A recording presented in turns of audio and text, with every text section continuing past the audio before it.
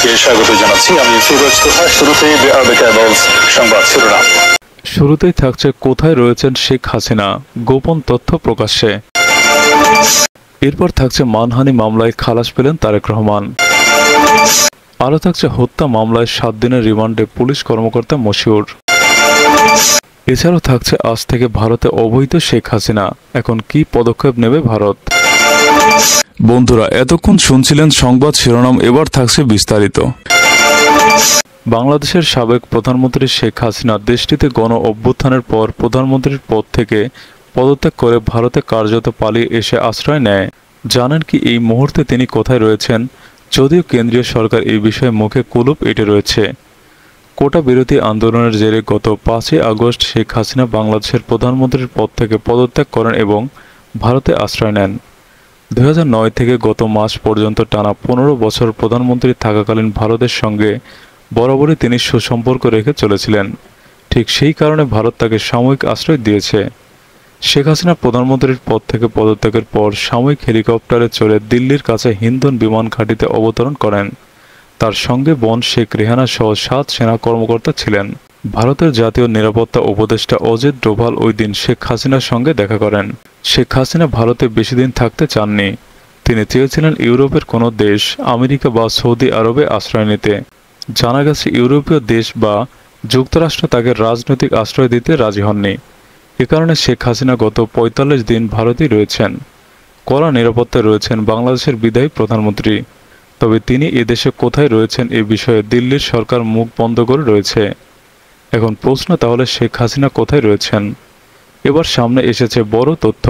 তিনি বর্তমানে দিল্লিতে রয়েছেন বলে জানা গেছে। নিজের মেয়ে সাইমা ওয়াজেদ পুতুলের সঙ্গে ভারতের রাজধানীতে রয়েছেন। এমনও খবর সামনে এসেছে, শেখ হাসিনাকে তার মেয়ের সঙ্গে দিল্লির লোদি গার্ডেন পার্কে ঘুরতে দেখা গেছে। সাইমা ওয়াজেদ চলতি বছরের ফেব্রুয়ারি থেকে দিল্লিতে রয়েছেন। পরিবারের সঙ্গে কর্মসূত্রে দিল্লিতে থাকেন তিনি। সেখানে বিশ্ব স্বাস্থ্য সংস্থার প্রতিনিধি হিসাবে কর্মরত রয়েছেন হাসিনা কন্যা।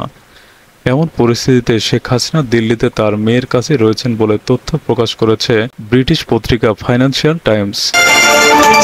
বিএনপির ভারপ্রাপ্ত চেয়ারম্যান তারেক রহমানকে মানহানির একটি মামলা থেকে খালাস দিয়েছে হবিগঞ্জের একটি আদালত।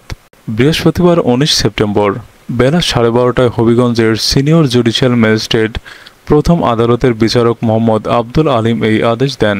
আদালতের পরিদর্শক নন্দন কান্তিধর বলেন, এই মামলায় তারেক রহমানের নামে পাঠানো গ্রেপ্তারি পরোয়ানা ফেরত পাঠাতে গুলশান থানার ভারপ্রাপ্ত কর্মকর্তা ওসি নির্দেশ দিয়েছেন বিচারক।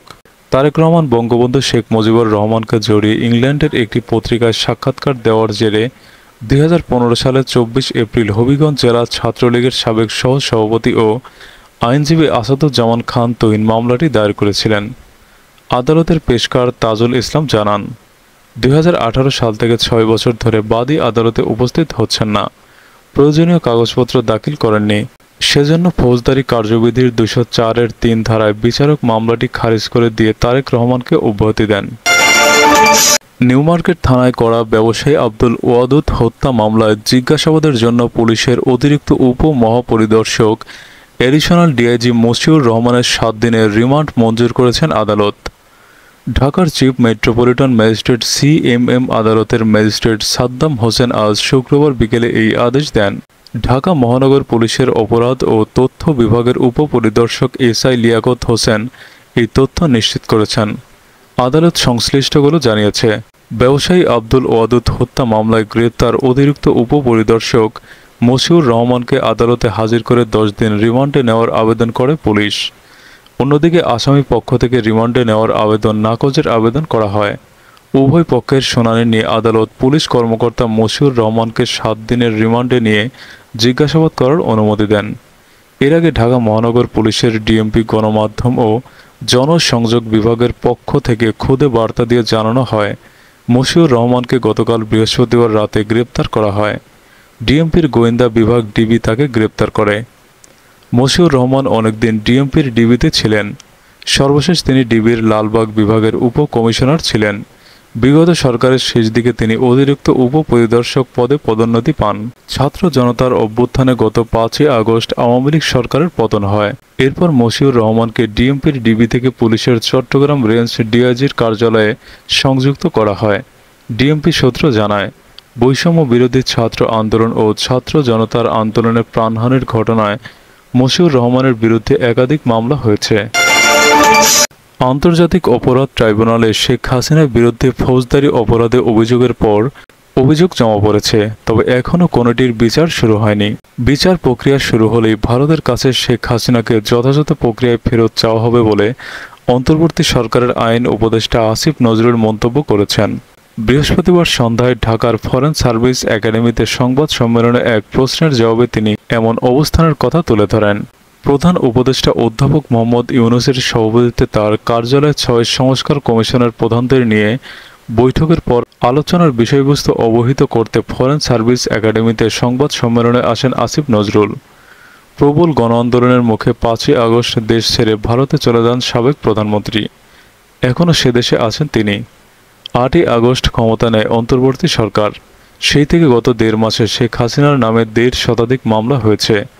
আন্তর্জাতিক অপরাধ ট্রাইব্যুনালে শেখ হাসিনার বিরুদ্ধে ফৌজদারি অপরাধে অভিযোগের পর অভিযোগ জমা পড়েছে, তবে এখনও কোনোটির বিচার শুরু হয়নি।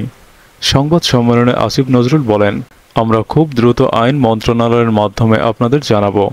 ছাত্র জনতার বিপ্লবকালে যে গণহত্যা হয়েছে, যে মানবাধিকার অপরাধ হয়েছে, সেটার বিচারের লক্ষ্যে কিছু পদক্ষেপে আমরা গ্রহণ করেছি। দৃশ্যমান কিছু অগ্রগতি হয়েছে। তদন্ত দল, প্রসিকিউশন দল গঠন করা হয়ে গেছে। আদালত পুনর্গঠনের চিন্তা চলছে। অচিরেই দেখবেন বিচার শুরু হয়ে গেছে। বিচার শুরু হওয়ার পর অবশ্যই আমরা শেখ হাসিনার প্রত্যর্পণ চাইব। আসিফ নজরুল আরও বলেন, আমাদের সঙ্গে ভারতের বন্দি প্রত্যর্পণ চুক্তি আছে। সেই চুক্তি অনুযায়ী ভারতে যদি কোনো দোষী সাব্যস্ত ব্যক্তি থাকেন, উনি সাবেক প্রধানমন্ত্রী হন আর যাই হন না কেন, ওনার প্রত্যর্পণ আমরা চাইতে পারি। তবে কোন স্ট্যাটাসে ভারতে অবস্থান করছেন শেখ হাসিনা, সে বিষয়ে অবহিত নয় অন্তর্বর্তী সরকার। ১৭ সেপ্টেম্বর স্বরাষ্ট্র উপদেষ্টা তৌহিদ হোসেন বলেছিলেন, সাবেক প্রধানমন্ত্রী শেখ হাসিনা কিভাবে কোন ইমিগ্রেশন স্ট্যাটাসে ভারতে অবস্থান করছেন সেই বিষয়ে অফিসিয়াল কিছু জানা যায়নি।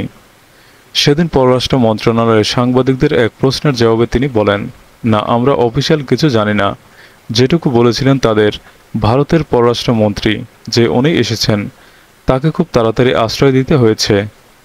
আসিফ নজরুল আরও বলেন, বৃহস্পতিবার প্রধান উপদেষ্টার সভাপতিত্বে তার কার্যালয়ে একটি আলোচনা অনুষ্ঠিত হয়। সেখানে প্রস্তাবিত কমিশন প্রধানদের নিয়ে আলোচনা হয়। বৈঠকে অনলাইনের মাধ্যমে সংযুক্ত হন আলী রিয়াজ। আমরা প্রধানত আলোচনা করেছি সংস্কার ভাবনা নিয়ে, সংস্কার কমিশনের কাজের প্রক্রিয়া, কর্মপদ্ধতি, সদস্য বাছাই সব বিভিন্ন বিষয় নিয়ে আলোচনা হয়েছে। বৈঠকে সিদ্ধান্ত হয় এসব কমিশন ১ অক্টোবরের মধ্যে কাজ শুরু করবে এবং ৩১ ডিসেম্বরের মধ্যে প্রতিবেদন জমা দেবে। সেই প্রতিবেদনের ভিত্তিতে পরবর্তী ধাপের আলোচনা শুরু হবে জানিয়ে আসিফ নজরুল বলেন, প্রধান উপদেষ্টার নেতৃত্বে উপদেষ্টা পরিষদ সংস্কার ভাবনা নিয়ে রাজনৈতিক দলগুলোর সঙ্গে আলোচনা শুরু করে। এরপর ধাপে ধাপে বৃহৎ আকারে আলোচনা হবে। সমাজের সকল স্তরের মানুষের প্রতিনিধিত্ব থাকবে।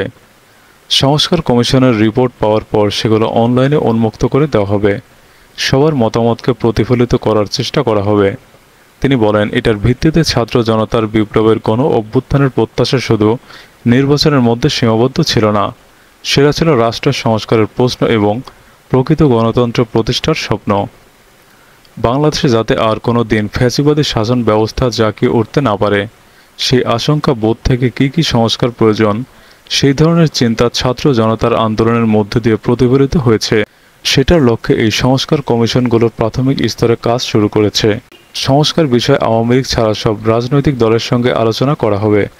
যারা গণহত্যা চালিয়েছে, হাজারের উপর মানুষকে হত্যা করেছে, হাজার হাজার মানুষকে আহত করেছে, যারা বিচারের ভয়ে পালিয়ে আছে, তাদের সঙ্গে আলোচনা হবে না।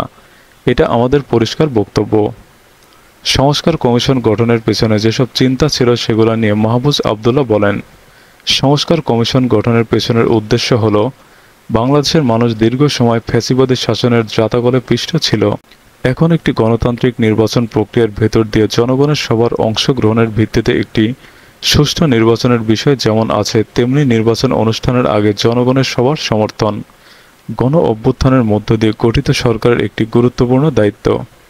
বাংলাদেশে যে প্রতিষ্ঠানগুলো গত 15 বছর ধ্বংস করে দেওয়া হয়েছে এবং গত 53 বছর দেখছি সেসব প্রতিষ্ঠান কাজ করতে পারছে না জনগণের স্বার্থে, জনগণের জন্য সেগুলো ঢেলে সাজানো।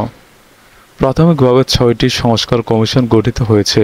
এই কমিশনগুলো প্রায়োরিটি বেসিসে কাজ করবে। দুর্নীতি, জনপ্রশাসন, বিচার বিভাগ, সংবিধান, নির্বাচন, মূলত এই জিনিসগুলোকে গুছিয়ে আনতে পারি। এর পরবর্তীতে আরও অনেকগুলো সংস্কার কমিশনের প্রস্তাবনা আমাদের আছে।